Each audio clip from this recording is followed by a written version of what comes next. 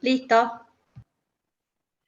Hola a todos, es un placer enorme estar con ustedes en este Día Mundial de la Sexualidad y tenemos el honor junto a la doctora Elida Rodríguez, secretaria general de AMA, y en mi persona, doctora Mónica Ñáñez, como presidente de AMA, y en nombre de toda la comisión directiva le damos las gracias y las felicitaciones a esta Comisión de Sexualidad. AMA es una sociedad bien federal que tiene 24 comisiones. Una de las comisiones es justamente sexualidad. La directora de esta comisión es la doctora Florencia Chavarría Avellaneda. La doctora es médica ginecóloga, es presidente actual de la Sociedad de Ginecología y Obstetricia de Chaco, es sexóloga y tenemos el honor y el placer de que dirija esta comisión. Ella va a presentar a las flamantes integrantes de esta comisión de sexualidad. Y la verdad que las queremos felicitar porque es una comisión que trabaja muchísimo, que tiene muchísima energía, muchísimas ganas y muchísima pasión en lo que hace. Así que bueno, voy a dejar a mi amiga, la doctora Elida Rodríguez, secretaria general, para que también les dé la bienvenida a la Comisión de Sexualidad para que tengan este conversatorio sobre temas tan importantes. Eli. Bueno, la verdad, hola a todos.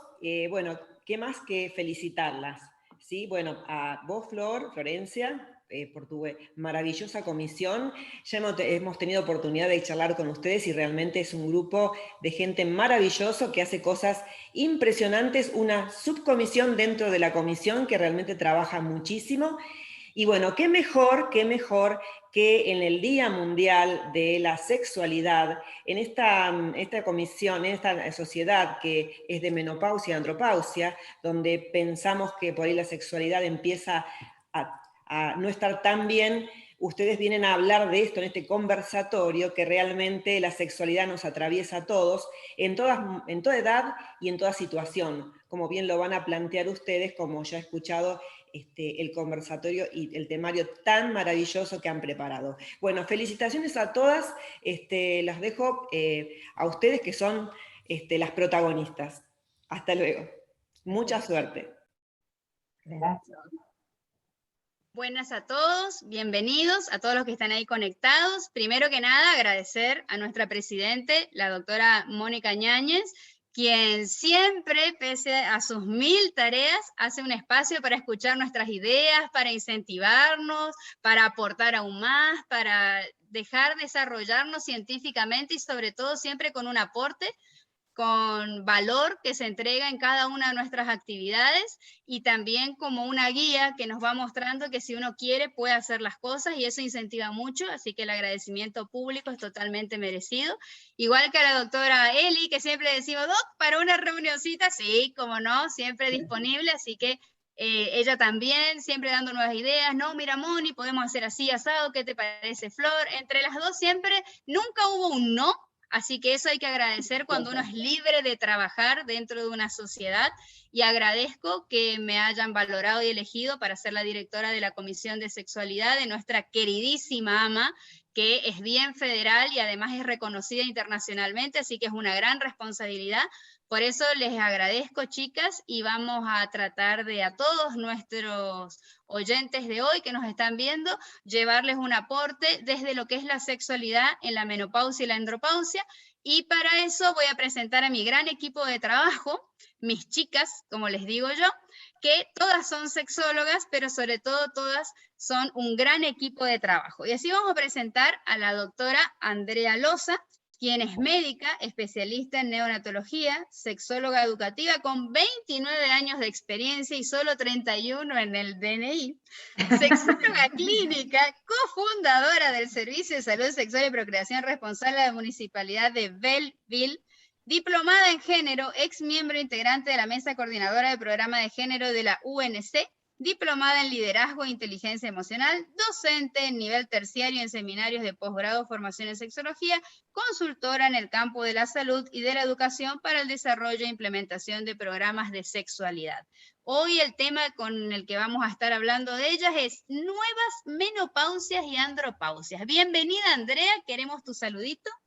Hola, hola a todos. Un gusto estar acá en esta mesa compartiendo con profesionales tan distinguidas y de tanta experiencia con ustedes. Hago extensivo mi agradecimiento a la presidenta de nuestra sociedad, a la doctora Mónica Ñáñez, a la secretaria, a la doctora Elida Rodríguez. Muchas gracias por darnos esta oportunidad, por brindarnos todo el apoyo tanto académico, de prestigio y tecnológico para poder hacer esto una realidad. Y por supuesto, agradecerte, Flor, a la doctora Florencia Echevarría, porque suya fue esa idea y es necesario reconocerla, y además la gestión y la coordinación para poder concretarla. Así que muchas gracias a todos. Bueno, ahora vamos a pasar a presentar a otra de las chicas, de las sexólogas de mi comisión, que es la doctora María Eugenia Bazán Quiroga. Ella es médica, especialista en tocoginecología, sexóloga clínica, es docente universitaria, está en el Servicio de Ginecología y Obstetricia, jefa de programa de salud sexual del Hospital Privado Universitario de Córdoba. Y hoy nos va a estar hablando, nos va a estar aportando acerca de lo que tiene que ver la salud transgénero, pero en la menopausia y andropausia, porque ahora están mucho los ojos en esto de cómo ayudar a los chicos que se sienten diferentes. Pero ¿y qué pasa con el transgénero en menopausia y andropausia? Vamos a estar hablando con María Eugenia, que te damos la bienvenida y te damos el micrófono para que puedas saludar a todos los que hoy están ahí escuchándonos. Bueno, muchísimas gracias. La verdad que nos convoca el Día Mundial de la Salud Sexual y somos un grupo que nos encanta trabajar. Agradecemos también el espacio y bueno, poder charlar de estos temas que son temas no tan comunes y bueno, que nos puedan aprovechar para sacarse dudas y bueno, disfrutar este momento. Así que saludos a todos y muchas gracias.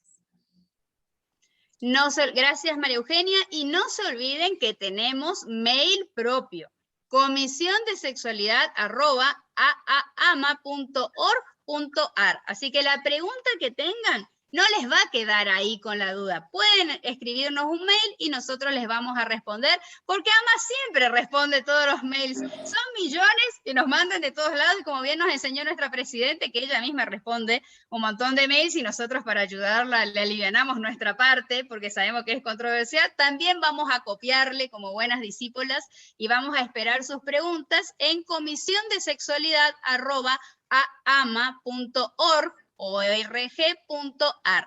Y así vamos a pasar ahora a nuestra parte del equipo que tiene que ver con la psicología, porque recuerden que la sexualidad no es solamente orgánico, no es solo biología.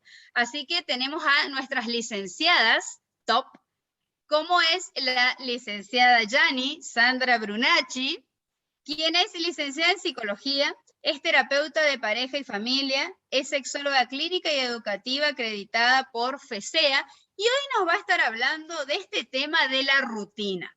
Cuando las parejas de la menopausia y la andropausia pasaron muchos años y se enfrentan a este monstruo de la rutina que hay que saber enfrentar, y hoy va a pasar tips, así que a buscar virome y papel en la casa, mientras Yani nos da su saludito de bienvenida. Adelante, Yani, por favor.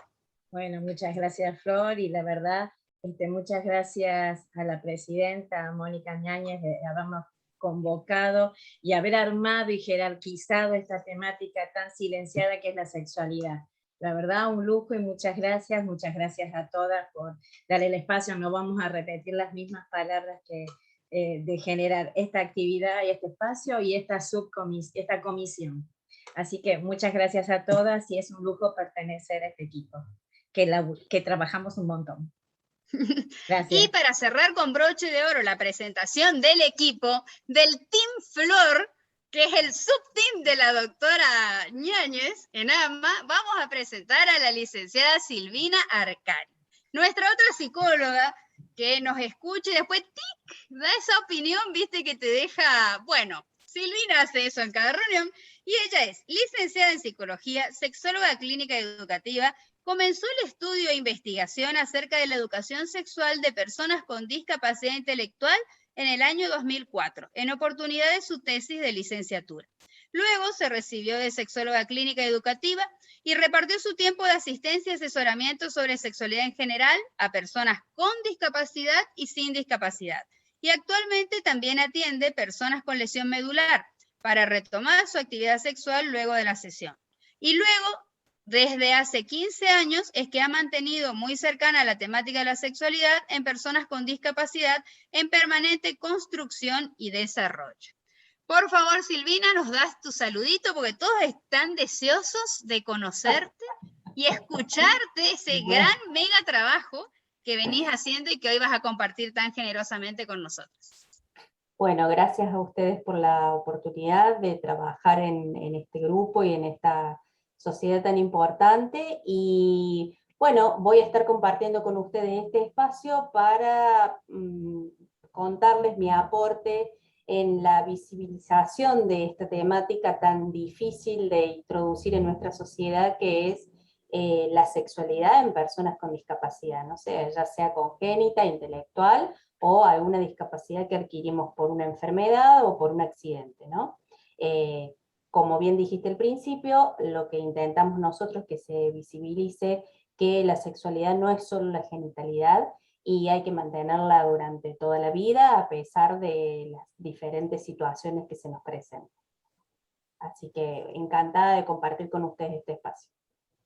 Así que así y sin dar más vueltas, que espero que ya tengan preparado su tecito, su mate, porque no se pueden mover, porque va a haber tips en todos momentos. Vamos a comenzar con este conversatorio, en el cual les recordamos que todas las dudas, todas las preguntas pueden ser enviadas a nuestra dirección de correo electrónico especial de nuestra comisión, que es comisiondesexualidad@ama.org.ar. Así que ahí les vamos a ir respondiendo y agradecemos que lo estén mirando. Y bueno, sabemos, como bien dijo... Florcita, ¿sí, perdón. Bueno, felicitaciones, les deseamos el mayor de los éxitos, muchas gracias. Nos retiramos porque tenemos que dar unas charlas ahora con Eli, así que felicitaciones, éxitos en el conversatorio. Gracias. Gracias por acompañarnos, Gracias. y esperamos sus comentarios después.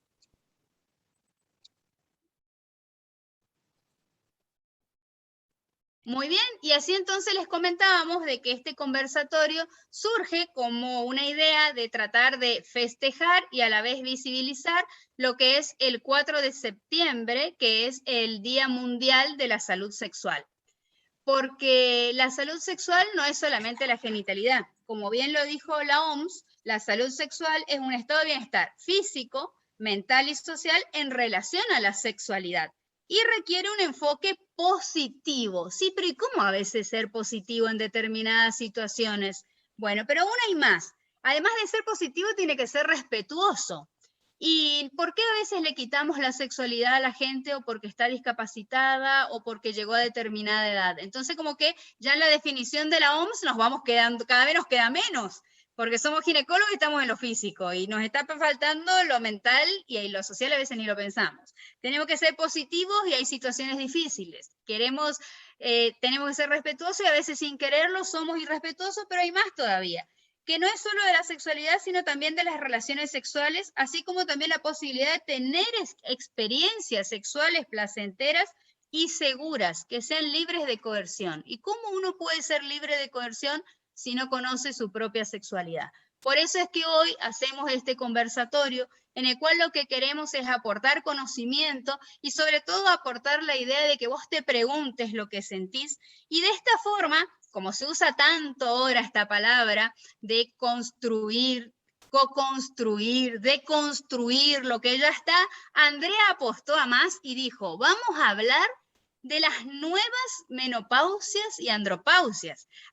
Nosotras como mujeres escuchábamos que la abuela decía, ah, no, ya la vecina seguro que está menopáusica, por eso está irritable. Y Andrea nos dice que hay menopausias y hay andropausias, no es una sola. ¿De qué nos estás hablando, Andrea? Así los que nos escuchan se van enterando un poquito más.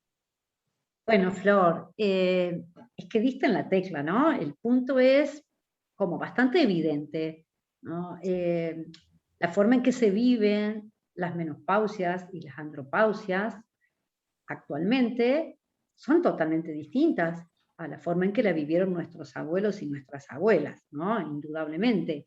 Y en términos históricos, esto ha ocurrido en un breve lapso, o han sido cambios muy rápidos. ¿Y por qué? Bueno, En definitiva, porque hay nuevas culturas del cuidado, hay nuevas terapéuticas, hay nuevas tecnologías, hay nuevos espacios de comunicación y de información, como este, por ejemplo, y en definitiva todo esto hace que hasta incluso todos los profundos cambios sociales, políticos, que han tenido que ver con el empoderamiento, con el reconocimiento de derechos, con la reconsideración de la dimensión sexual en cuanto al impacto que tiene en la vida de las personas, incluso, ¿no?, ha habido una redimensión del tiempo vivido, y que tiene que ver con un aumento de la expectativa de vida. De modo que muchos varones y muchas mujeres en edades cronológicas de menopausia y andropausia son muy activos, muy dinámicos, emprendedores, con iniciativas, con proyectos que renuevan energías en base a un vivir más cuidado en términos saludables, que tienen que ver con una alimentación distinta, con la importancia de la actividad física, que tiene que ver con pronto renovar una serie de cuestiones, y esto hace que entonces la menopausia y la andropausia evidentemente son hechos en cuanto a que ocurren inevitablemente, ¿no? Tarde o temprano. Etapas del desarrollo sería. En la vida de las mujeres y de los varones, cis y trans, ¿no? En cuanto a las mujeres cis, tiene que ver con una declinación de la función ovárica y de la producción hormonal, y que conlleva como consecuencia una serie de cambios y de transformaciones, y con respecto al varón trans, su homólogo de la menopausia sería la andropausia, que si bien tiene algunas diferencias y algunas especificaciones, podríamos de alguna manera ponerlas como sinónimos, ¿no?, en la vida de la mujer y del varón trans, ya que está referida, mujeres y varones cis. Eugenia ya nos va a hablar de la etapa de las identidades trans, y esto tiene que ver en algún sentido con que si bien la declinación de la función ovárica o testicular son hechos inevitables, lo que sí podemos evitar es que tengan una repercusión negativa en nuestra salud sexual y como consecuencia en nuestra salud general. Porque de hecho la salud sexual, tal como leíste que la define la Organización Mundial de la Salud, a mi criterio creo que vamos a coincidir en que es parte indivisible de la salud general, ¿no? De modo que hay un campo enorme de posibilidades que se desarrolla en este sentido, porque la sexualidad tiene una enorme riqueza que supera y trasciende ampliamente esto que mencionabas, que tiene que ver con la genitalidad, que tiene que ver con el funcionamiento de nuestros genitales y que tiene que ver con el nivel de las hormonas circulantes. De modo que me parece que es importante hablar de las nuevas menopausias y andropausias, porque justamente todo esto que decimos de las nuevas culturas del cuidado, de las nuevas tecnologías terapéuticas, tiene un impacto muy positivo, porque de pronto se reinterpretan, ¿no?, las experiencias, que por supuesto sí, yo me acuerdo de que nosotros antes, cuando éramos chicos, íbamos a la casa de la abuela y estábamos acostumbrados a verla que ella tenía calores. Pero por ahí los chicos ahora van a la casa de la abuela y la abuela no está porque se fue al gimnasio. Y mi abuela nunca iba a ir al gimnasio. Entonces hoy estamos diciendo, para hablar de menopausia y andropausia, ya no solamente hablamos de que falten hormonas o que estemos en tal o cual edad, sino también estamos hablando de todo lo que hace al quehacer relacional de cada mujer y cada varón en la sociedad en la que se encuentra y lo que para esa sociedad es valorable. Hoy son valorables aquellas personalidades o formas de vida que sean saludables, que tengan calidad y que te permitan disfrutar de eso que deseas. Mi abuela yo nunca la escuché que en su vocabulario haya tenido la palabra deseo, deseo aprender a bailar zumba. O sea, ella seguía escuchando los tangos que le ponía el viejo, como le decía, en los discos, que no había que tocar para no romper, y seguíamos con toda una estructura que tal vez por no haber tanta interferencia de medios de comunicación y globalización, que es lo que le dio rapidez, hizo de que todo siga muy estructurado. Y como bien nos explica la doctora Andrea, hoy también tenemos que abrir nuestras cabezas a otras cosas. ¿Y esto para qué nos va a servir, Andrea? El primero hacer este trabajo nosotros en casa, de ya no hablar de una sola menopausia y andropausia, sino de que hay varias posibilidades de vivirla, y por ende, si hay varias posibilidades de vivirla, van a haber varios problemas diferentes que traigan, y no siempre el mismo. ¿Para qué nos va a servir hacer este esfuerzo de construcción cognitiva para después cuando estemos enfrente de la paciente? Bueno, justamente porque se abre en este sentido un enorme campo de posibilidades que tiene que ver con el desarrollo y con la recreación del erotismo, que tiene que ver con nuestras capacidades, con nuestras estrategias y con nuestros recursos de seducción, de sensualidad, y que nos procuren placer, satisfacción y bienestar. Entonces, mirá qué lindo todos los términos que estás diciendo en esta etapa, ¿no? Menopausia y andropausia, me estás hablando de erotismo, me estás hablando de placer, me estás hablando de volver a ser sensual, otra vez recrearlo, porque no sé si ustedes comparten o qué les pasa en el consultorio, como que hay un mito popular de, no, ya está menopáusica, no tiene deseo. Bajó la persiana. El placer, el erotismo, barrió con todo. No sé si les pasa un poco eso. Y siempre, en realidad eso tiene que ver con lo sociocultural, donde llegó la menopausia, pero tiene que ver con la historia de la mujer que haya vivido, porque si yo no viví placer en un momento, estoy esperando la menopausia para decir, ya está, se terminó todo. Y la sexualidad está presente desde antes de nacer hasta los últimos minutos. Puede uno tener que vivir y disfrutar plenamente de nuestra sexualidad. No tiene Qué bueno eso, a mí me gustaría planear mis últimos minutos con sexualidad, che. Claro, lo voy a ir agendando. No sé qué experiencia. Pero todos estos cambios, Flor y compañeras, todos estos cambios exigen de alguna manera, o reclaman actualizaciones en los acuerdos y los consentimientos, ¿no? Y que de hecho no es exclusiva de esta etapa, son que se dan a lo largo de toda la vida, y sabemos, creo que vamos a coincidir en que el consentimiento es imprescindible en los vínculos saludables, ¿no? Por lo tanto, la esfera sexual no escapa a esta regla.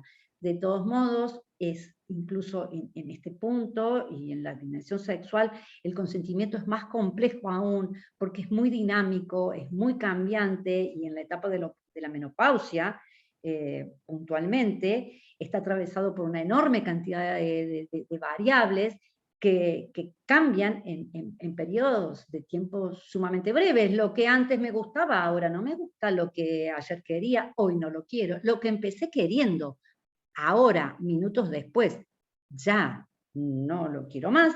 Y lo que antes me satisfacía, ahora no solo que no me satisface, sino que me molesta.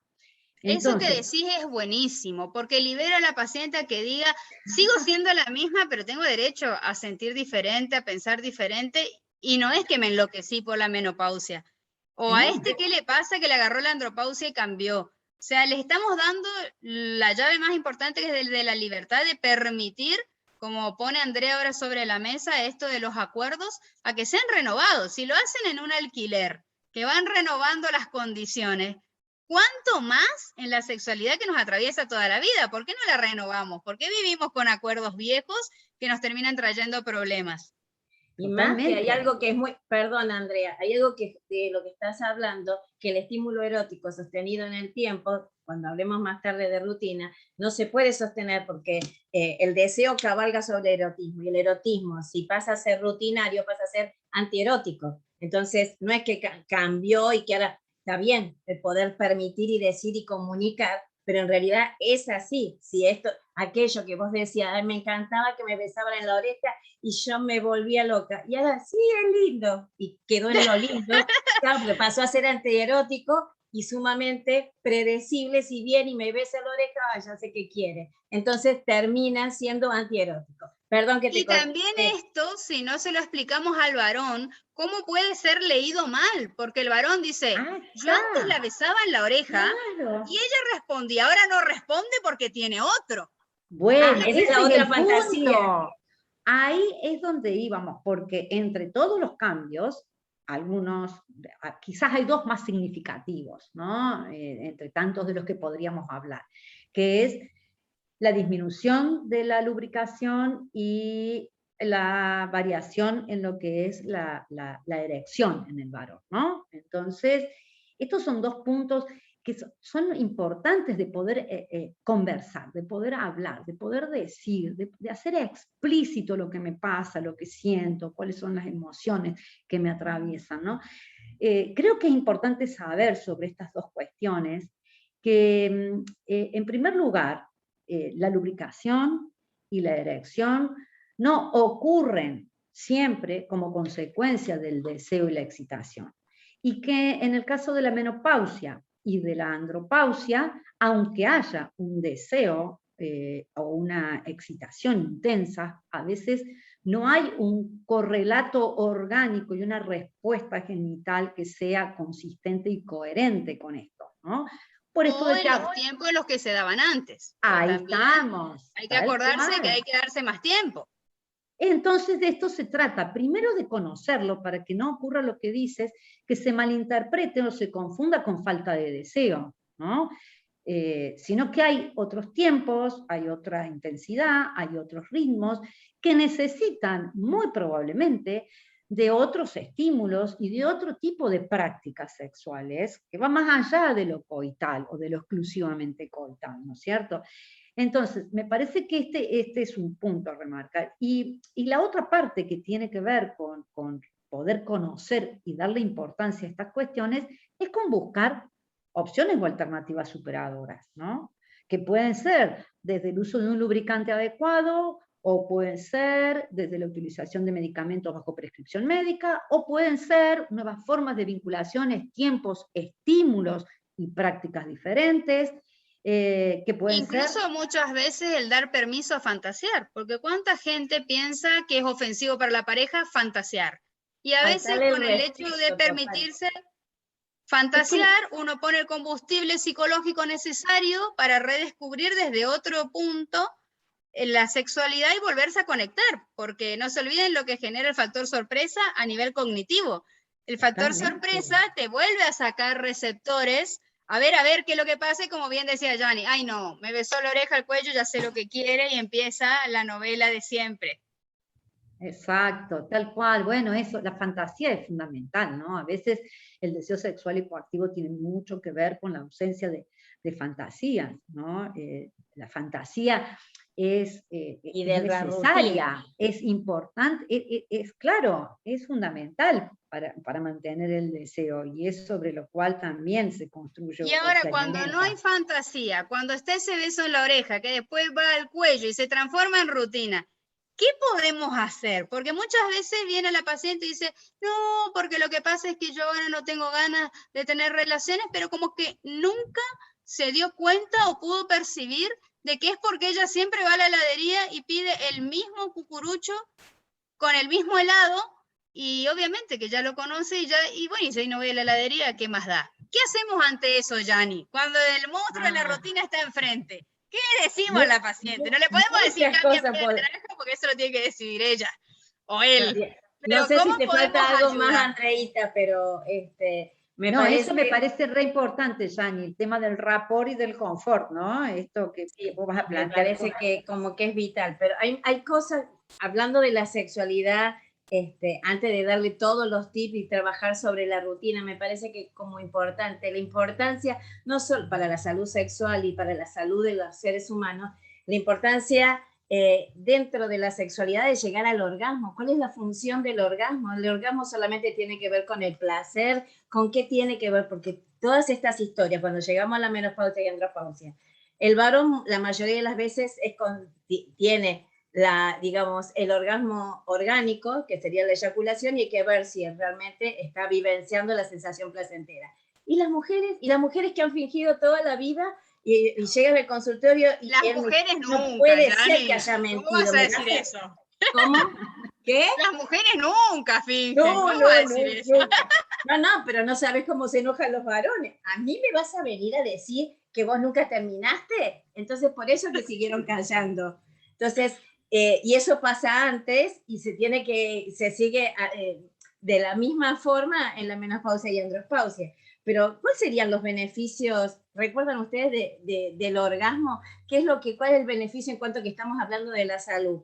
La salud tiene que ver con no solo con lo placentero, sino con beneficiar la circulación, mejora el tono muscular, al liberar endorfinas, genera una sensación de bienestar, de tener ganas, de voluntad, fortalece todo el sistema inmunológico. Mirá las funciones que está teniendo el llegar al orgasmo, no tener encuentros sexuales, llegar al orgasmo, porque hay una proporción importante de mujeres que no llega al orgasmo. Entonces, mejora la salud mental, mejora la autoestima. Miren de lo que estamos hablando, que esto está silenciado, y hay un montón de estas cosas que a mí me parece que las tendríamos que incorporar en el secundario, no en la universidad ni no los profesionales de la salud, porque son cosas elementales y sin embargo está silenciado. Así que por eso me encanta que hayan generado este espacio en la sexualidad y bueno, más poderlo difundir a todo tipo de profesionales. Y hay algo que resumo porque lo han dicho, pero me gusta marcarlo. Si estábamos hablando del deseo, antes de los tips y de todo, de trabajar de la rutina, estábamos hablando del deseo. El deseo, entonces, generalmente, y en muchos profesionales de la salud, lo limitan, es como si fuera hormonodependiente. Y en realidad ese es un aspecto. O sea, va a depender de muchas más cosas que tienen que ver con las relaciones interpersonales, o sea, por la pareja que tiene, porque eso primero también hay que preguntar. Y llegado a esa etapa, ¿cómo fue mi construcción y cómo es hoy mi actual, esta pareja? O si como estamos en las nuevas sexualidades, si tenemos nuevas parejas. Y fundamentalmente que cómo ha sido mi historia y cómo es la historia de la sexualidad en cada una de las personas. Porque seguramente en los talibanes, las mujeres, no existe el placer. Yo siempre hablo y digo, si existe un órgano que solamente tiene una única función que tiene que ver con el placer, que es el clítoris, está inscrito que tenemos el derecho a disfrutar del placer. Entonces, ¿qué hace la rutina cuando en la vida cotidiana nos ataca? ¿Qué sería la rutina? Y los hijos, el trabajo, la familia, y no le dimos espacio a la pareja, al sentir, al compartir, al pedir, bueno, el consentimiento, al tener el derecho del consentimiento, sí quiero hoy, no, estoy cansada, y poder pedir y aprender de mi sexualidad más para recrearla, porque dijimos al principio que si yo sigo sosteniendo todos los estímulos eróticos que antes me eran eficientes y hoy no, ¿por qué? Porque necesitamos trabajar con ¿qué? Con lo novedoso, con la sorpresa, con aquello que no está previsto. Entonces es altamente importante para que yo pueda mantener vivo, ¿qué cosa? Aquí esa chispita que generó el amor. Yo siempre digo que las parejas es como un hogar a leños.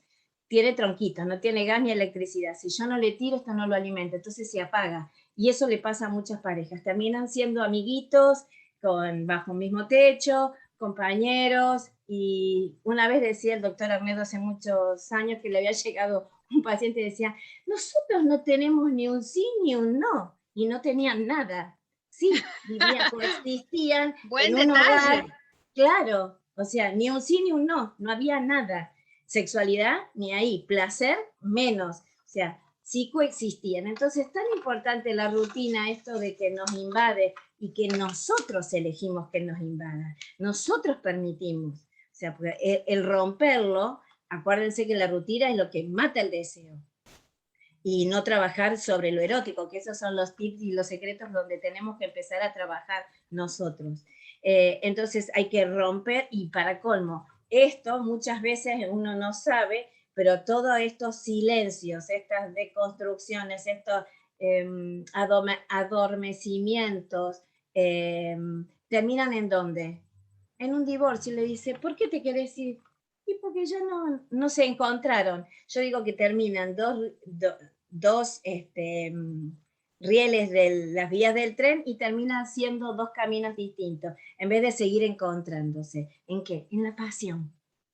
Entonces, ¿cuál sería el secreto para poder sostener una pareja y recrearla? Porque hay que recrear la pareja y recrear la sexualidad. Y hay millones de tips. Antes de darnos los tips, Yani, mientras en casa buscan lapicera y papel, no dejemos en el tintero de que Andreita nos explique estos dos conceptos tan importantes. Diferencia entre rapport y confort.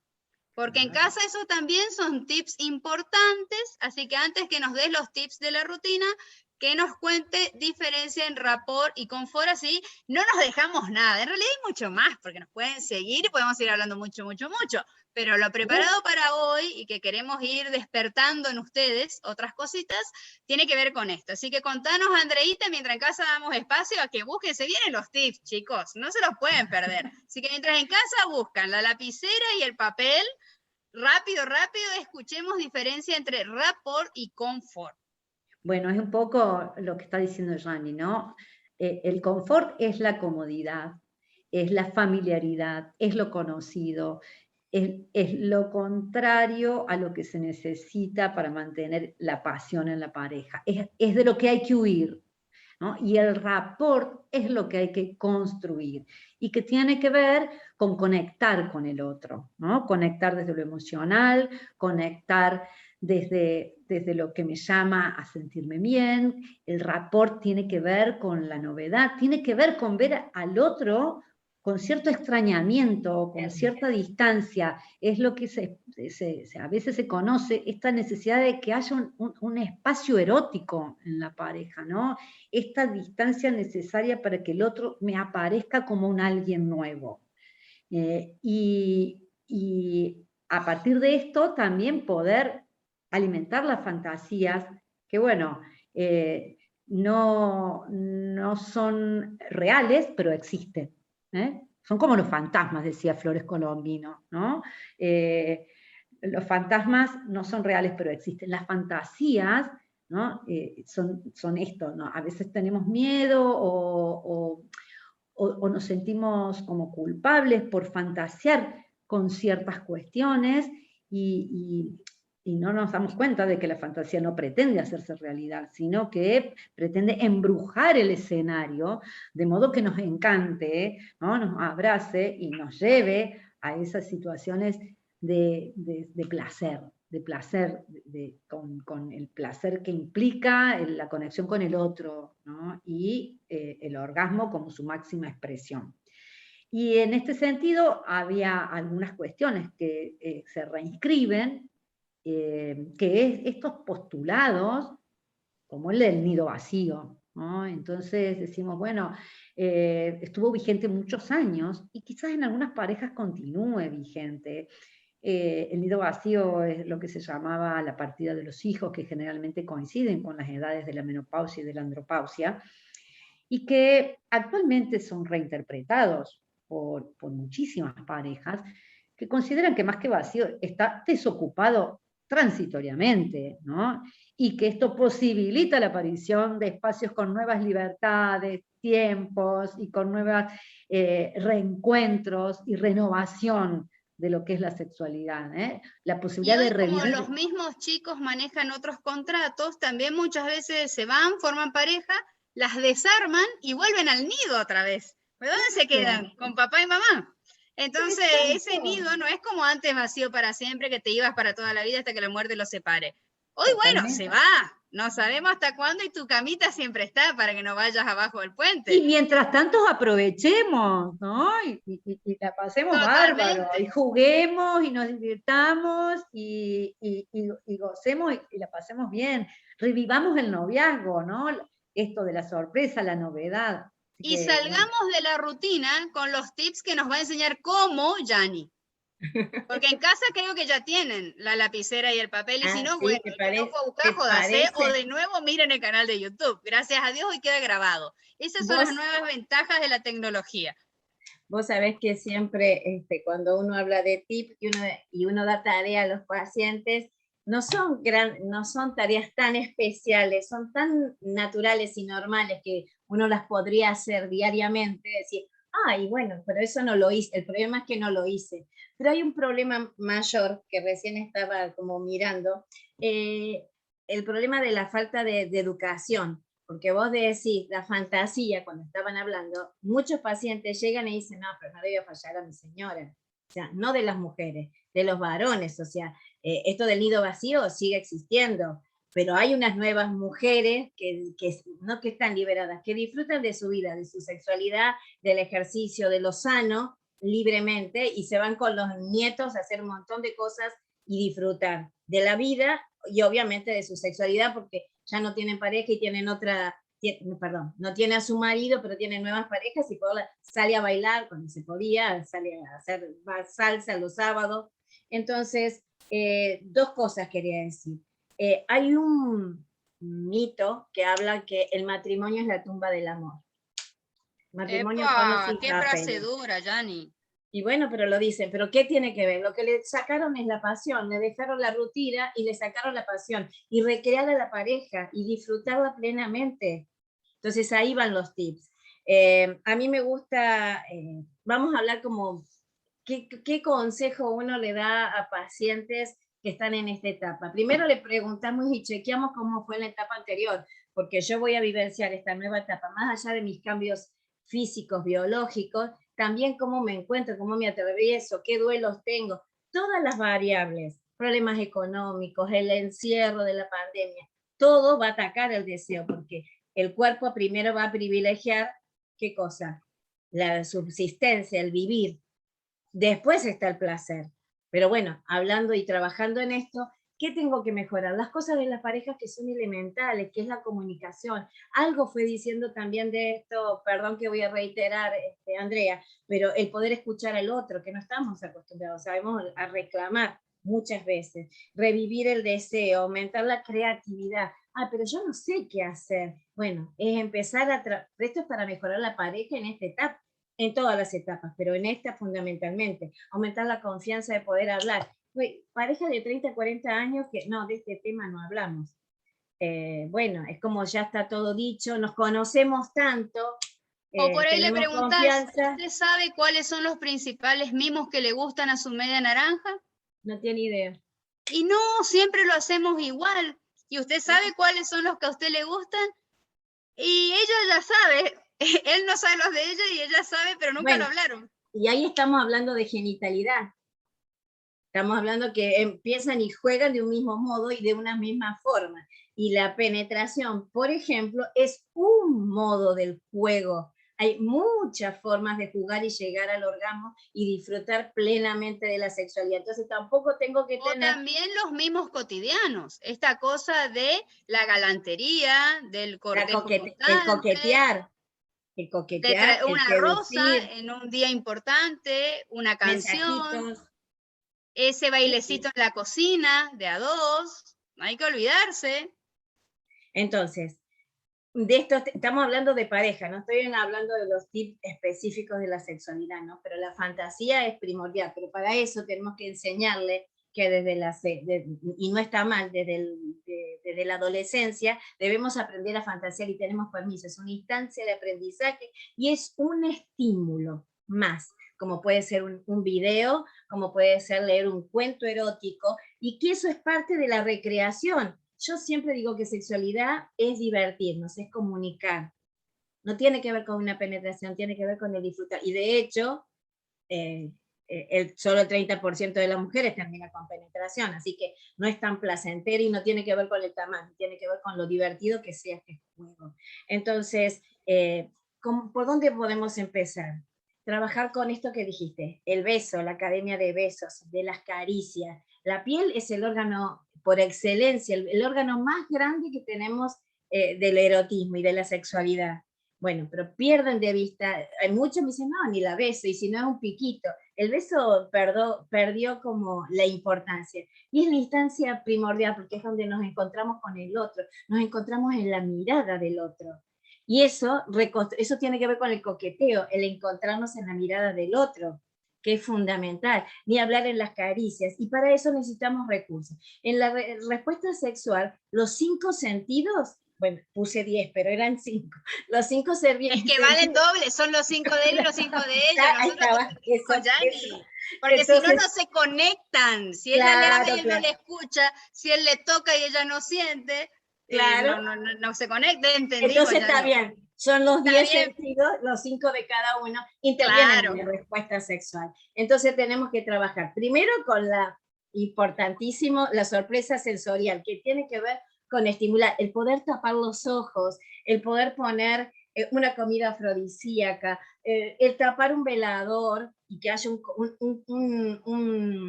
una coloración distinta en el lugar, la ropa, todo lo que tenga que ver con textura, el acariciar la piel del otro, pero no es solamente, no es un masajito así y yo te toco, no. Sana colita de rana, no. No, con una pluma, con una textura, con un terciopelo, es el acariciar y el poder percibir, despertamos nuestra percepción. Eso es, trabajar en la percepción del otro y en el sentir el calor del otro porque tengo los ojos tapados. El jugar con distintas formas de, por ejemplo, de poner, no me sale cuando pones prendas, bueno, si hacemos esto y poder jugar, divertirme como si fuera chico, pero en realidad con la sexualidad. Y es muy importante. Entonces, de todas las también formas, les estamos dando un tips de para qué consultar a un sexólogo. Muchos piensan que recién cuando tienen el problema de la dificultad eréctil o apareció, por ejemplo, una lesión medular o una ACV, que ya vamos a hablar con Silvina de eso, ahí hay que ir al sexólogo a ver cómo vuelvo a funcionar. Pero también cuando caigo en la rutina y no me enseñaron a cómo siempre ir renovando, iré al sexólogo y voy a encontrar estas cosas que Yanni nos está manifestando y que todas nosotras hacemos todos los días en el consultorio, enseñarte eso que no te enseñaron y que es parte de tu salud también. Claro, activar todo lo del olfato. Algunas personas tienen que ver con el oído, a uno le va a gustar que ponga una salsa, al otro le gusta una música relajante y a la otra, y esa si se da distinto en la pareja, hay que poner un poquito de cada uno. Hay otro que le gusta fantasear o que le hablen al oído, y hay otro que el que le hable. Pero luego se le soplen la oreja, porque le da risa y se rompió el romanticismo. Bueno, también está lo de la cosquilla. Bueno, pero hay que buscar el modo que sea adecuado. Yo siempre digo, las parejas pueden saber bailar el tango, pero esta pareja que se encuentra y esta pareja que crece a lo largo del tiempo y está en la etapa de la menopausia, tiene que reaprender y acomodar los pasos, sincronizarlo al ritmo de esa pareja y de ese tiempo. Y así tenemos que mantener la pasión y mantener la sexualidad viva. Nos encantaron los tips, Yanni. Están pasando a cada rato esos minutos del audio. Así que vamos a ver ahora qué pasa. Pero no se olviden de los juguetes. Los juguetes son importantes, hay que adquirirlos, hay que incorporarlos. Y dejé, no hablo más. Y en los juguetes siempre es bueno una consulta con el sexólogo primero, porque hay parejas que son reacias y puede ser reactivo para mal. ¿Por qué ahora necesita traer un juguete? ¿Es porque tal vez Príncipe Valente no funciona y me está reemplazando por el juguete? ¿O no? Porque no? Si uno no sabe cómo introducir el juguete, una consulta con la sexóloga que le enseña cómo no hacer macanita y salir de la rutina. Pero ahora, ¿qué pasa a estas parejas que venían todo bien? Pero bueno, las enfermedades crónicas, con esto que, como decía Andrea, nuestra expectativa de vida se va prolongando, aparece la hipertensión, aparece, por ejemplo, un accidente cerebrovascular o aparece un accidente con una lesión medular, por ejemplo, y entonces cambió. Veníamos con un tipo de sexualidad, sabíamos jugar de determinada manera, con determinadas capacidades, y ahora esas capacidades cambiaron. Y viene la paciente al consultorio y dice, uy, doctora, disculpe, me atrasé con los controles ginecológicos, que yo siempre los hacía, porque usted sabe que tuvo una lesión medular media naranja. Y nosotros decimos, uy, qué pena, pero está bien, sí, punto, pasó. ¿Cuántos de ustedes le preguntan en cuánto repercutió la lesión medular de media naranja en la sexualidad de ella? Porque como bien nos decía Yanni, es como bailar el tango. Podés practicar los pasos vos solo en tu casa, pero la función siempre es en pareja. Entonces, ¿qué hacemos ante esta situación, Silvina? Vos con más de 15 años de estudio específico en esto, acá tenemos los tips de oro nuevamente, de vuelta a la página, póngale la salivita, virome y siga anotando tips. Bueno, muy interesante todo lo que han dicho y que se aplica, por supuesto, a todo tipo de pareja, ¿no? creo que la dificultad más grande que nos encontramos cuando tenemos algún tipo de lesión, ya sea por una enfermedad crónica o de golpe por un accidente, es volver a encontrar ese erotismo donde a veces la genitalidad no está presente, ¿no? Entonces, si no tenemos, ya sea en una lesión medular o otro tipo de lesión donde no tenemos erección o no tenemos lubricación en el caso de la mujer, ¿qué hacemos si no tenemos ese pene erecto como el con el que estábamos acostumbrados a relacionarnos, ¿no? Bueno, todo esto que estuvieron mencionando las chicas, por supuesto que está presente, y otra de las cosas que también es importante trabajar es que, algo que dijo Yani con respecto a la subsistencia, ¿no? Los primeros tiempos después de una lesión, de un accidente o de una enfermedad donde alguna de las capacidades o funcionalidades se fueron perdiendo y hay que recuperarlo, está toda la energía puesta, no solo del paciente, sino de su pareja también, en volver a recuperar o a hacer funcional eso que se perdió, y a veces tiene que ver, por ejemplo, con el control de esfínteres. Entonces, el mantenerse seco, el mantenerse limpio, que es fundamental cómo influye en la relación que voy a tener con el otro, ¿no? En promedio, una persona que ha tenido un accidente y ha tenido una lesión medular o neurológica, en promedio está aproximadamente 2 años para recuperar esta parte del control de esfínteres. Y en ese periodo, en esos 2 años, que parecería que no es tanto, pero que pasa toda una vida, la pareja, ¿qué función pasa a cumplir, ¿no? También es otra cosa que nosotros abordamos. ¿Sigue siendo la pareja, sigue siendo su pareja erótica, o se transforma en cuidador?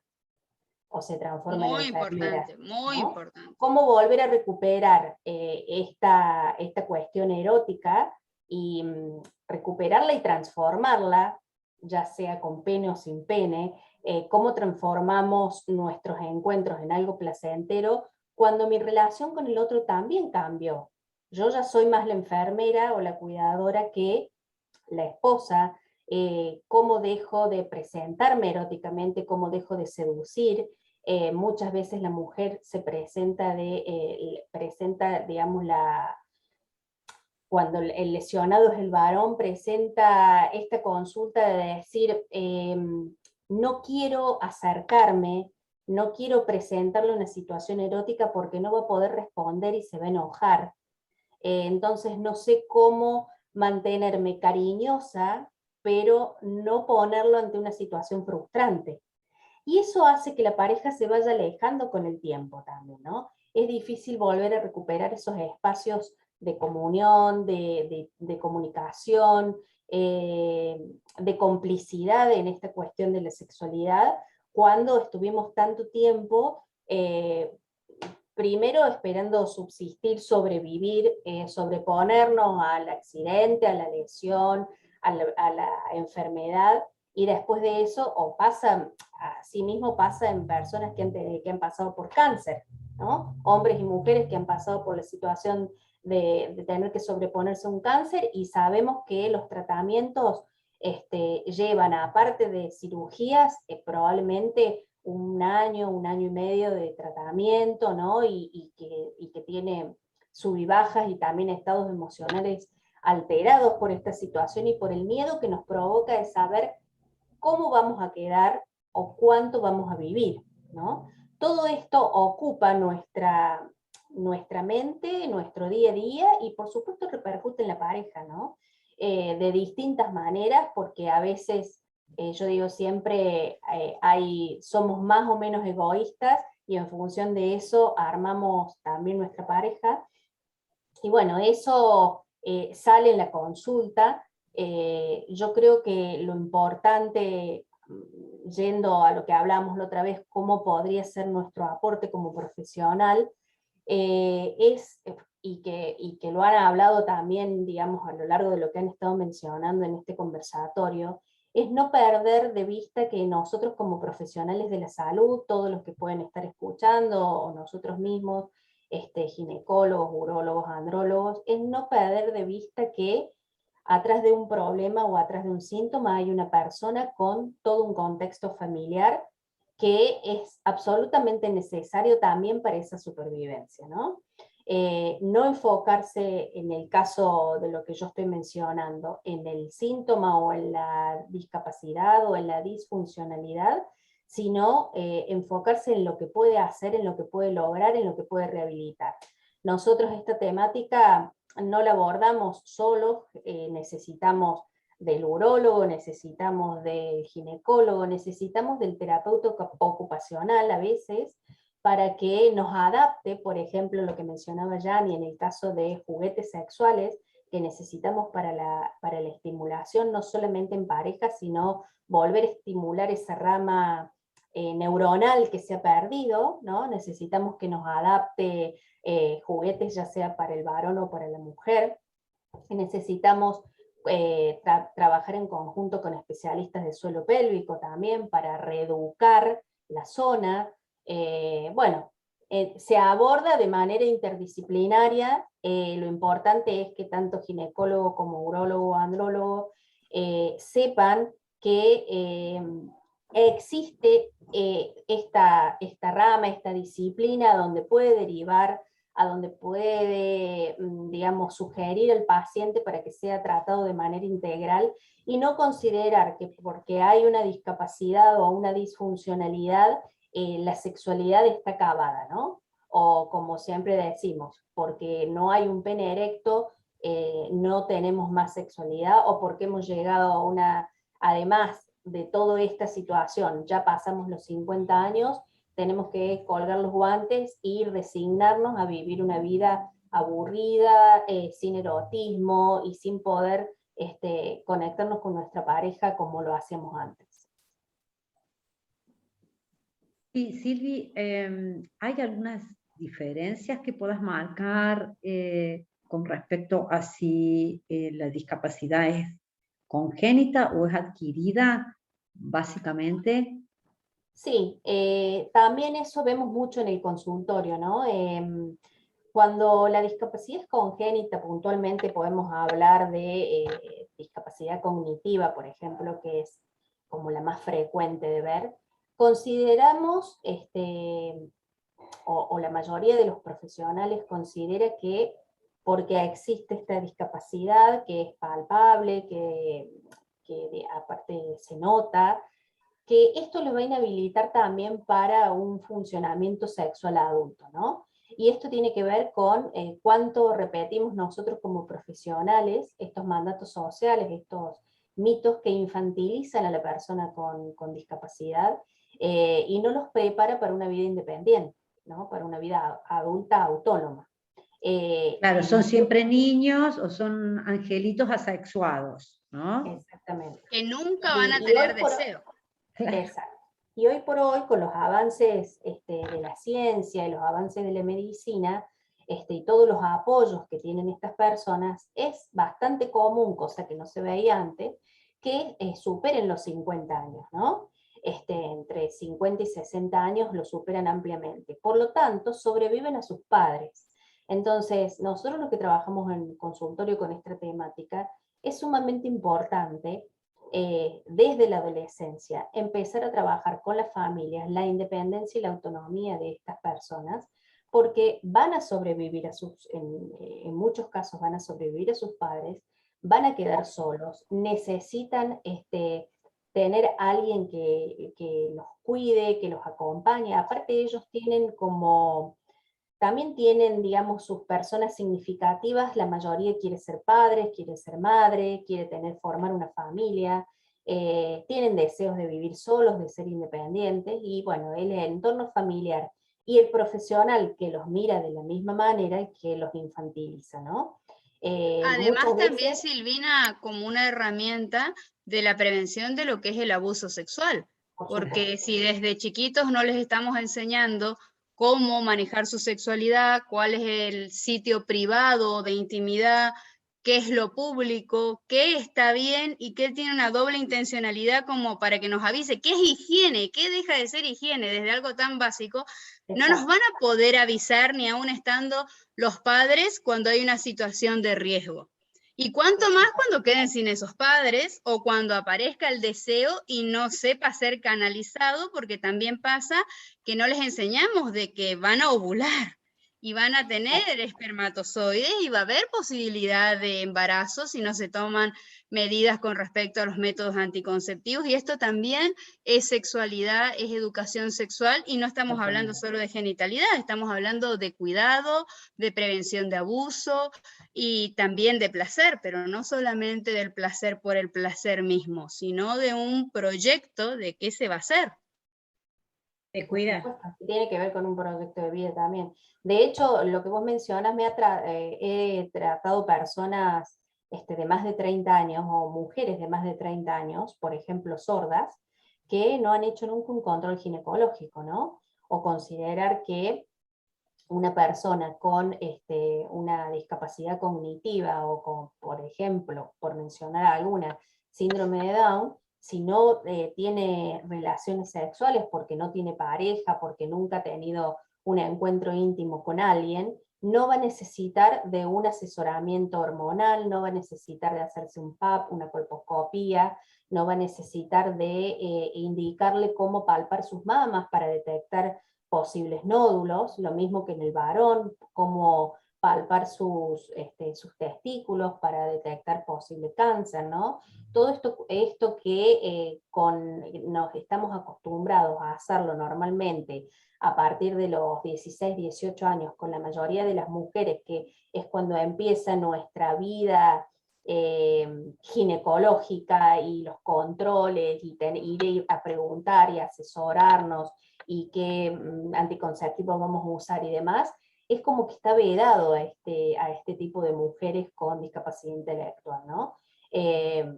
Vedado, y por otra parte lleno de prohibiciones y de sustos, no hablamos con conceptos claros, con palabras simples que puedan entender, y tampoco corroboramos que lo que le estamos diciendo sea entendido, ¿no? Damos por hecho de que hablamos con palabras que son de un entendimiento común, y que lo que le estamos diciendo va a ser internalizado de la manera que se lo estamos poniendo, ¿no?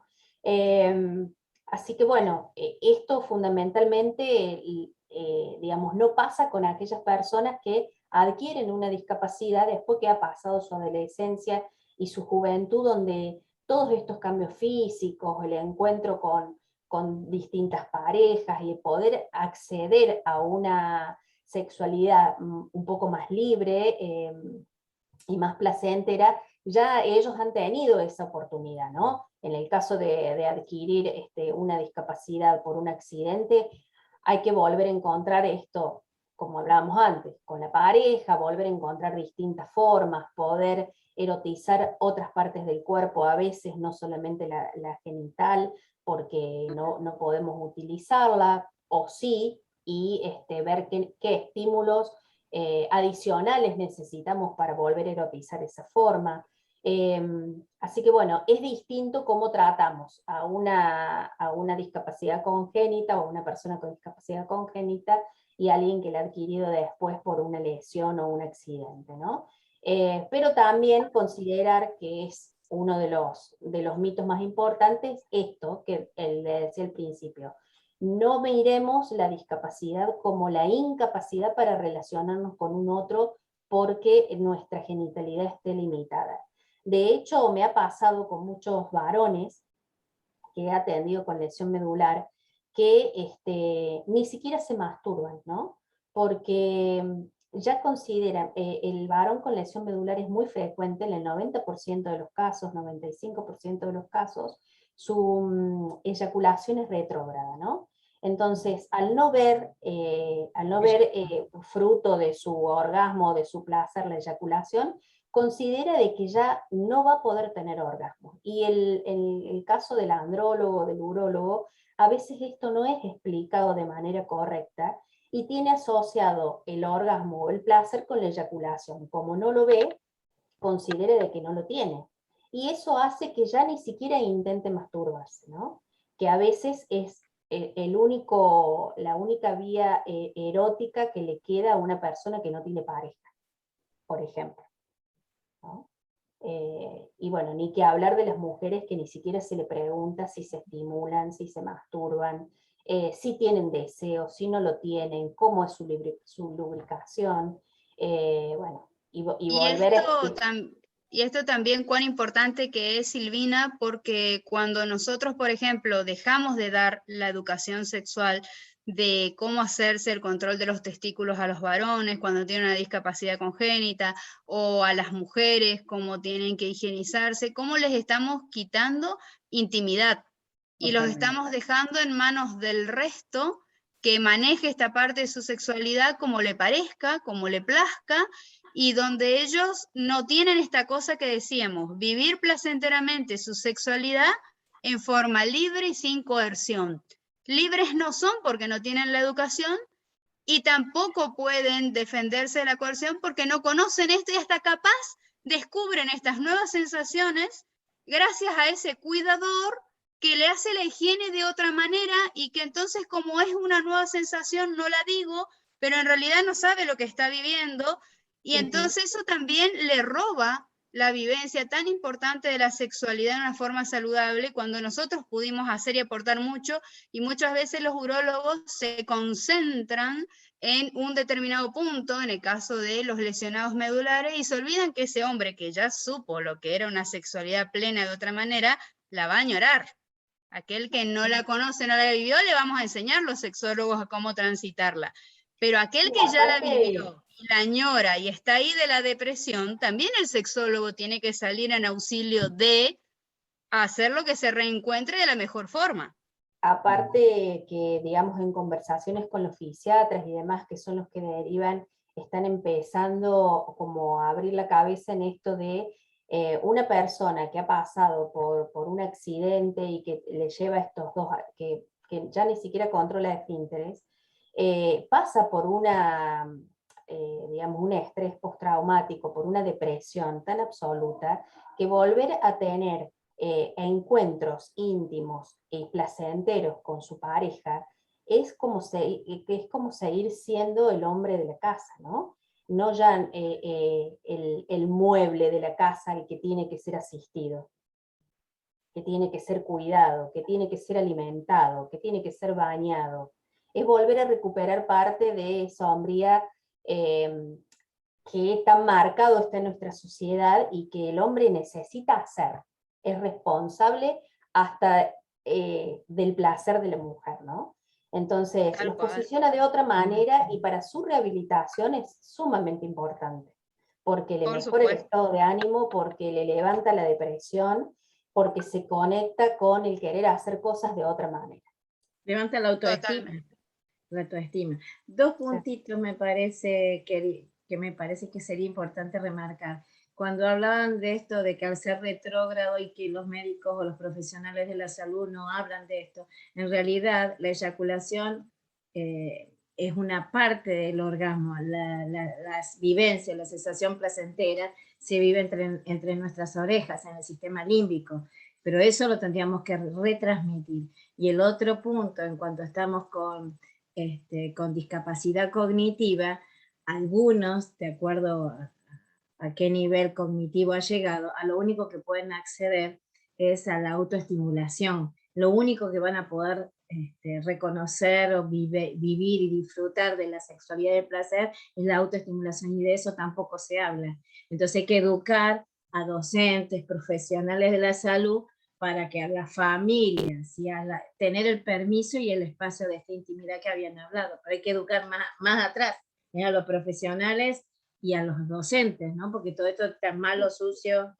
Y reconocerlo como una práctica erótica sexual saludable, ¿no? Totalmente.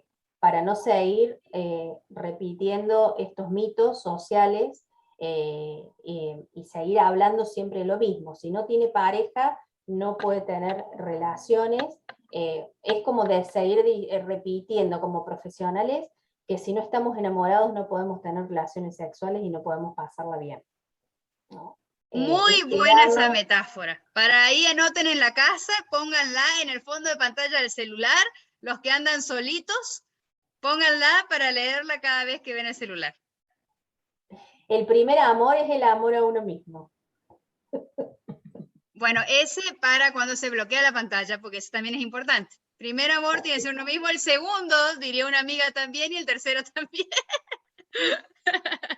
Para reafirmar. Aparte, Es como... perdón, es una instancia de aprendizaje, yo no puedo pedir lo que no sé. Muy bien, así que pongan ahí en el bloqueo de pantalla que está bien. Nosotras acá en Consenso les damos permiso. Obviamente, Así que, porque si no el varón, así como dijeron, tiene la mochila del orgasmo de la mujer, supone que somos todas iguales y nos va a gustar lo mismo. Entonces, tenemos que saber qué nos gusta para saber qué pedir. ellos tienen que ser unos buenos mozos. Para que nosotros le digamos, tráenos tal cosa, y ellos puedan darnos eso. Pero la que pide el menú en la carta somos nosotras. Bueno, pero ellos también piden menú a la carta. Es parejo. Pareja es parejo para ambas partes. Por eso decía, cuando los muchachos piensan que a todos nos gusta lo mismo, no. Ellos son simples mozos. Tienen que saber traer distintos menúes para después poder pedir. Obvio.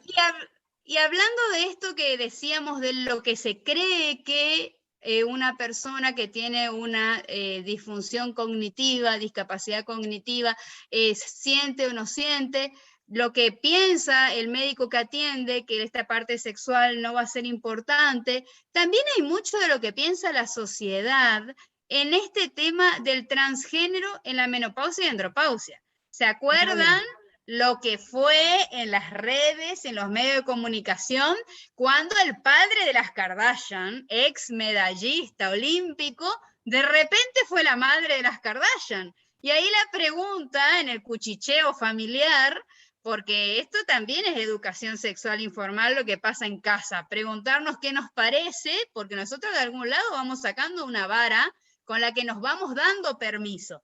Según lo que mamamos en casa, que nos dijeron que está bien o mal, nos vamos dando permisos. Después, según lo que aprendamos, los iremos ampliando o acotando y se irán modificando. Pero lo que ingresa, lo que se hace permeable en nuestras familias a través de los medios de comunicación, a veces nos sacude a todos y no sabemos qué opinar, y qué mejor que aprovechar un conversatorio con especialistas en sexualidad para preguntar esto de cuando en plena menopausia y andropausia esta identidad de género cambió de repente, vos decís, ¿what? Esto es de ahora, venía de antes y nos engañaron, no nos dimos cuenta, nos comimos el sapo. ¿Qué pasó, Eugenia? Contanos un poquito. Bueno, un poco, hola chicas, las estuve escuchando súper atentas. Bueno, con respecto a este tema, esto también viene, ¿no? Salir del closet, ¿no? Es otra forma de manifestar. Y arranquemos con esto que vos dijiste de la definición de la salud sexual, que incluye el respeto. Y cuando hablamos de respeto, hablamos de entender de que no hay una sola sexualidad y que no hay una forma normal de vivir, sino que hay sexualidades, hay personas que van construyendo su sexualidad, hay distintas formas de ser, de vivir, de manifestarse, de encontrarse, de vincularse, de formar familias, y bueno, y este abanico es importante que lo empecemos a entender desde el punto de vista profesional, que todas las personas somos parte de una diversidad que es maravillosa. Y dentro de nuestra sexualidad hay un componente que es muy importante, que es nuestra identidad. Es esto que yo me siento así y soy quien soy. Ahora, ¿quién te dice quién sos vos? Nadie, ¿sí? La identidad es una autodeterminación, es una cuestión que se autopercibe, y de eso generamos, digamos, podemos decir que hay personas con identidades cis, como nombró Andrea, que son aquellas personas en las cuales yo me identifico como mujer, ¿sí? Y mi identidad, digamos, de género sexual coincide con mis genitales, mi sexo biológico, mi sexo asignado al nacer. Pero hay muchas personas también que se identifican de una forma, pero su identidad no coincide con el sexo biológico, con los genitales o el sexo asignado al nacer. Y esas son las identidades trans, que se habla poco. Ahora está entrando también en tema, y es más aceptado el tema de las infancias trans, ¿no? Los niños, las niñas, las personas que van construyendo su identidad en la primera infancia y que empiezan a manifestar esa disidencia de que yo no me siento o me siento diferente. Ahora, como vos decías, Flor, ¿qué pasa en la tercera edad, en los adultos? Bueno, estos casos están, pero en realidad lo que pasa es que la identidad se va construyendo en la primera infancia. Y en general no es que, bueno, me pintó que yo ahora me siento mujer a los 50 años. La identidad estuvo siempre. Lo que pasa que con todos los mandatos sociales, ¿sí? Con todas las reglas, con todos los estereotipos, con todos los prejuicios, a veces uno termina como, bueno, tratando de encajar y tratando de tener ese molde, y se construyó una vida en función de un molde, y cumplí el mandato. Entonces fui mamá, tuve hijos, tengo mi marido, y siempre me sentí diferente, y yo sé quién soy, pero nunca me animé a decirlo, y después llega un momento en la vida en donde uno, viste que decimos que después de los 40 uno empieza a tener más plenitud en la sexualidad. Yo creo que pasa por esto, ¿no? Por ir cumpliendo algunas etapas, ir sacándose mochilas, y me ha pasado, yo tengo un paciente Eugenia, que me ¿no vino sos al Eugenia consultorio. entonces? Cuando dijiste No, me ha pasado. no, pero sí les puedo contar de un paciente que me llevó al consultorio, padre de familia, ¿sí? Y me empezó a decir, doctora, no me siento bien, más 47 años. Doctora, y empezamos a entrar en diálogo, no me siento bien, no sabía qué le pasaba, empezamos a charlar, empezó a contarme que tenía un fetiche, que cuando su mujer no estaba, él se ponía tacos, se disfrazaba, se pintaba. Entonces, bueno, muchos años vivió con ese fetiche. La mujer sabía, lo incorporaron como un hábito erótico en la pareja, ella lo aceptó, y bueno, y eso siguió estando, pero él, digamos, en el fondo sabía que había más. Iba más allá y no de se un animaba, fetiche. no se animaba a consultarlo. Entonces, apoyado también por su mujer, vino al consultorio, y estamos trabajando con él, y está en este proceso de animarse a decir de que su identidad es una mujer trans, ¿no? Y que siempre lo fue, pero nunca se animó a decirlo. Y bueno, y estamos en ese proceso, es un proceso de transición que se ve poco después en la etapa adulta, pero sí hay personas. Entonces ahora, nosotros como profesionales de la salud tenemos que estar atentos a esto. Y como profesionales Pensé que me de ibas a la preguntar salud, algo, Flor. ¿cuáles serían esas herramientas o tips que hoy les podemos dejar a los colegas para que, viste de que de sexualidad el paciente va a hablar con aquel miembro del equipo de salud con el que tenga más confianza? Entonces, Ni tal vez hablar. primero la consulta no va a llegar a una sexóloga, sino tal vez con el médico de cabecera de toda la vida, y cuando abra esta puerta, esta oportunidad de intervención en sexualidad, ¿cuáles serían esas herramientas o tips que habría que tener en el consultorio como para cuando aparece esta consulta, no dar uno un mal paso que lo lleve otra vez hacia atrás y haga que vuelva a emprender, porque este camino interno y emocional es muy duro, es un proceso duro por todo este mandato social, esta restricción que hay a la expresión por lo que se espera y entonces si a vos te abren la puerta, no desaprovechar para ayudar. Y entonces, ¿qué sería lo que tendríamos que hacer nosotros? ¿Cuáles serían las herramientas que vos nos aconsejás? Bien. Lo primero que puedo decir es que es muy importante también trabajar nuestro rol profesional. Por ejemplo, este tipo de conservatorios, no, conversatorios, en donde podemos hablar, es muy importante, porque tenemos que tener una formación también, entender que nosotros somos profesionales de la salud y nos tenemos que parar desde ese lado. Tenemos que dejar nuestras creencias. Lo que yo opine o lo que yo haga en mi vida y de mi sexualidad es una cosa. Ahora, yo en consultorio soy un agente de salud sexual, soy un agente de atención integral. Entonces tengo que poner, y tengo a su vez una ley que desde el 2012, ¿sí? Hay una ley nacional que es la Ley de Identidad de Género, la 26.743, que es la que también nos regula nuestra práctica profesional y reconoce que la identidad de las personas es un derecho humano. Entonces, si a mí viene un paciente que yo lo veo de hombre, vestido con todo el mandato y la expresión de género de hombre, me dice, soy una mujer, me siento mujer, yo no puedo desmentirlo, descreerlo, poner en juicio o mandarlo al psiquiatra. Entonces, lo primero que me dice la ley es no discriminación, la identidad es un derecho humano. Entonces nosotros como profesionales de la salud tenemos que contener, tenemos que fomentar la autoaceptación de las personas, en lo que nos diga en el consultorio.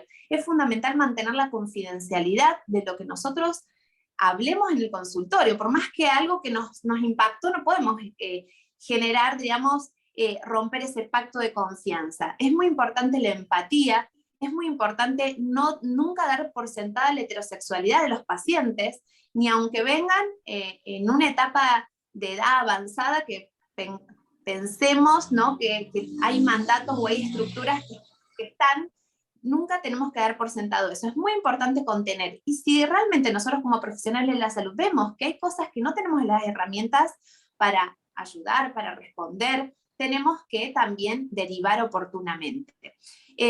Nuestra ley de identidad de género es una ley pionera en Latinoamérica porque tiene la característica que desjudicializa y despatologiza la identidad de género. ¿Qué significa esto?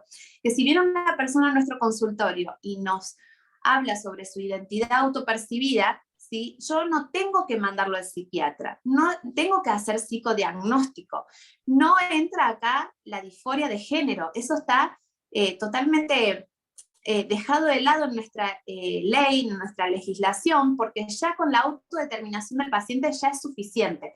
Si yo como profesional le digo, bueno, a ver, te tiene que evaluar la psiquiatra, estoy discriminando, ¿sí? Y el paciente, la paciente me puede hacer, digamos, una demanda o una queja porque no estamos cumpliendo nuestro rol ni la ley. Entonces, lo más importante es contener, charlar, hablar, no poner en juicio la palabra de la persona que viene al consultorio, y sí, digamos, poder generar redes de trabajo multidisciplinarias. Si ustedes como profesionales no pueden hacerlo, generar derivaciones.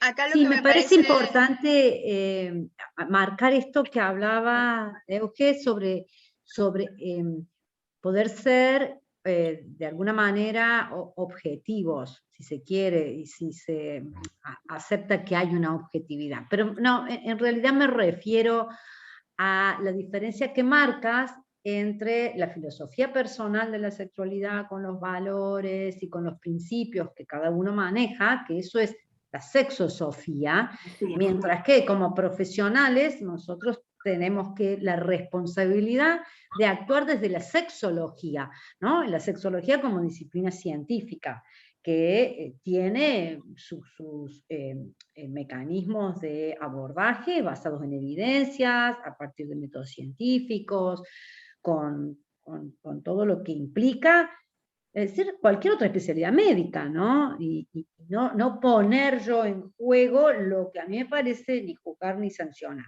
Ahora, también me parece importante el reconocer la limitación, ¿no? Reconocer la limitación en tanto y cuanto decir, bueno, más allá de contener en esa primera consulta, y de respetar y de ponerme en una posición empática, es decir, trabajar multidisciplinariamente me parece que es más que importante, ¿no? Exacto, y a su vez... Perdón, que quería aclarar, porque a veces está bien, para no discriminar esto de mandar o derivar a algo psicodiagnóstico, acordate que paralelamente a esto sexual, a esta identidad, a esto que te está contando, también puede haber otra problemática de base. Ni hablar. Por eso... Sí.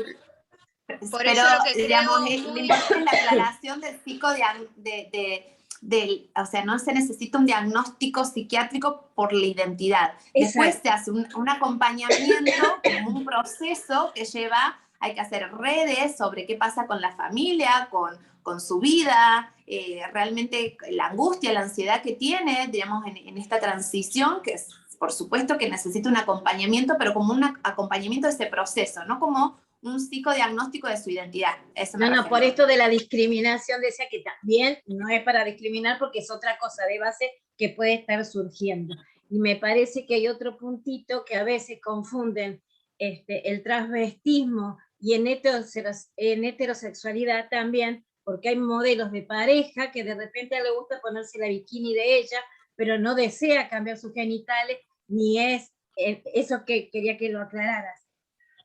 Claro, por eso cuando nosotros arrancamos, exacto, una cosa es, digamos, cómo uno puede expresar su género, ¿sí? O las prácticas sexuales que uno pueda tener, o estos fetiches que son, digamos, cuando una persona se excita con un objeto o con una práctica sexual puntual, fijada, pero es eso nomás, pero yo mi identidad sigo siendo Eugenia Bazán, mujer que me siento cis, después sí me gusta ponerme un calzoncillo y hacer tales cosas, pero es mi práctica y un fetiche de un momento.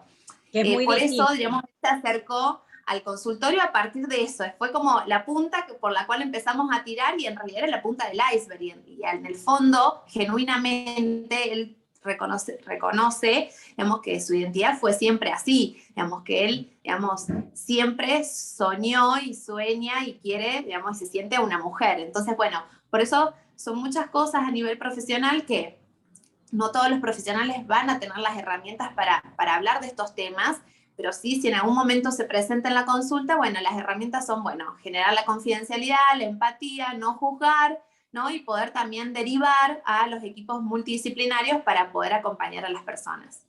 Por eso me parece muy bien pasar en limpio de que no hay que estigmatizar a ningún miembro del equipo de salud, porque tal vez puede ser un psiquiatra con formación en sexualidad y va a poder, como dice Yani, analizar estas cosas de toda esta ansiedad, esta angustia, puede generarle un cuadro también de fobia social u otra cosa. No es que va a ir al psiquiatra para que le digan quién es, pero sí que necesita a alguien con formación en sexualidad, que tal vez sea un sexólogo clínico ginecólogo, un sexólogo clínico urólogo, quien tengamos a mano, pero lo primero que tenemos que hacer es no poner cara de juzgar a nadie ni de sorpresa, hacer una escucha atenta y compasiva de saber que le cuesta mucho este proceso y que yo lo tengo que valorar, que lo abrió conmigo.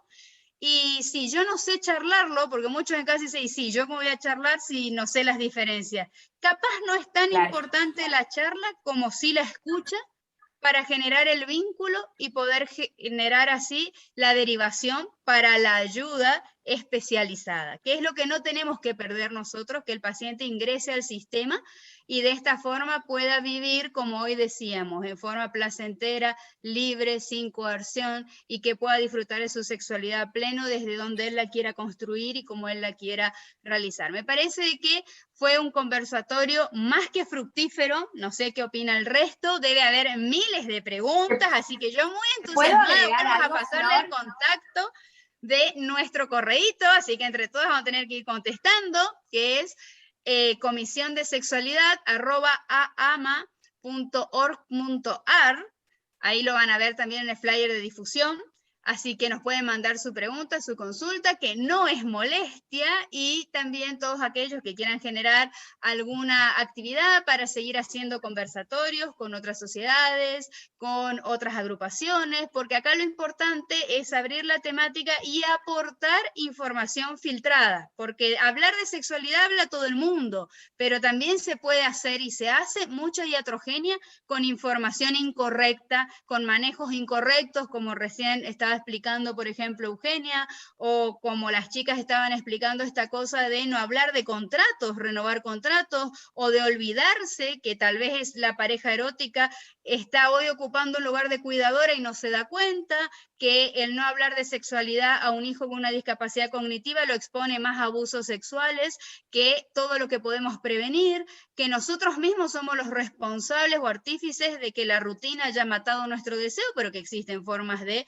volverlo a renovar, y todo esto lo conseguís en una consulta sexual que muchas veces vos no sabés para qué derivar. Bueno, imagínate el abanico que tenemos, y ahí tocamos algunos puntitos y vamos a ir redondeando para que no se cansen, pero sí para que queden pensando en casa y que realmente este 4 de septiembre, Día Mundial de la Salud Sexual, haya significado en nosotros, los que estuvimos escuchando, haciendo este conversatorio y que estuvimos anotando cosas del conversatorio, haya sido primero que nada un crecimiento personal de nuestra propia sexualidad, para así poder abrir nuestra cabeza y encontrar más puertas de oportunidad para ayudar a otros, y entender que no existe una sexualidad, sino, como dijeron, sexualidades. No hay una menopausia, hay nuevas menopausias, nuevas andropausias. No somos solo las mujeres, también son los varones, y desde los lugares que cada uno quiera vivir. Así que creo que con este mensaje y en nombre de todo AMA, les queremos desear un muy feliz Día Mundial de la Salud Sexual, pero sobre todo les queremos desear una vida feliz con sexualidad. Así que, chicas, todas nos despedimos, mandamos un beso enorme y les volvemos a repetir el mail: Nuestra comisión es comisión de sexualidad @ama.org.ar y ahí nos mandan todas las consultitas. Un beso grandote. Muchas Y gracias. esperamos sus consultas. Muchas gracias. Un besito. Adiós, nos Hasta vemos. luego. Gracias.